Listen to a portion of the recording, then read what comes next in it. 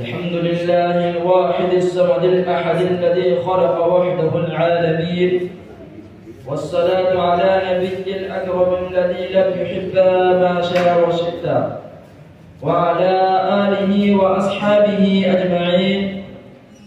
أما بعد، فأعوذ بالله من الشيطان الرجيم. بسم الله الرحمن الرحيم.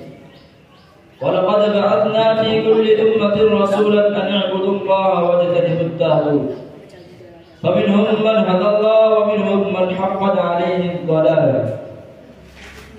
حضرة الرئيس الحفل المؤقت وسادة الأعزاء وزملاء في الفصول، إن الله تعالى أوجد هذا العالم وخلق كل شيء يوجد في هذا العالم. الله واحد أحد صمد قادر على كل شيء جبار مكفار، هو الذي بعث الأنبياء والرسل إلى هذا العالم لهدف أن يوقظ الناس من عبادة الأوثان إلى عبادة الله، ومن عبادة الأشجار إلى عبادة خالق الأشجار، ومن عبادة الأولياء إلى خالق الأولياء. حينما دعا الأنبياء والمرسلون إلى عبادة الله الخالق وتوحيد الرب الرازق فدخل عدد من الناس في الإسلام ودعوته. أخيرا أرسل النبي الخاتم بالكتاب الخاتم إلى هذا العالم لإنجاء الناس الكافرين من الكفر بالله إلى توحيد الرب الجليل، فدخل العرب والعجم في حظيرة دعوته وأعداء الإسلام والأمور الدينية. هؤلاء هم الرجال الذين اعترفوا بتوحيد الرب الجليل، هم الذين آمنوا بتوحيد الربوبية وتوحيد الصفات وتوحيد الألوهية والعبادة. أما توحيد الربوبية فيجب على العبد أن يعتقد بأن الله وحده يحيي ويميت، والذي وحده يخلق ويرزق، فلا محيي ولا مميت إلا هو، فلا خالق ولا رازق إلا هو، فلا نافي ولا ضار إلا هو، فلا معطي ولا ماني إلا هو.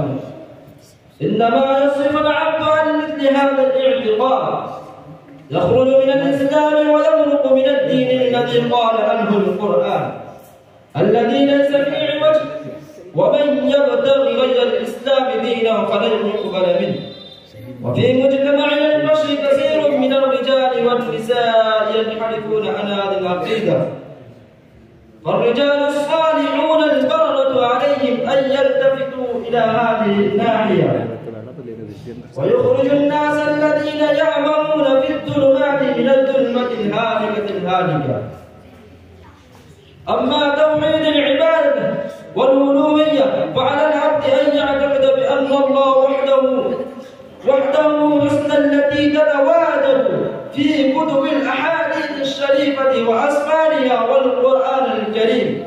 والآخر لا ينبغي لفرد من أفراد البشر أن يصف أحدا بالأسماء الحسنى التي تتواجد في كتب الأحاديث الشريفة وأسفارها والقرآن الكريم. والآخر إن الله تعالى جنب الإنسان شائبة الشرك، حيث منع الفقهاء الكرام الصلاة في الضريح، لأن الصلاة عند الضريح من شوائب الشرك. اللهم اغفرنا عن الشرك ووفقنا فهم التوحيد والعقيدة المستقيمة. أكتفي بهذه الكلمات، والسلام عليكم ورحمة الله وبركاته.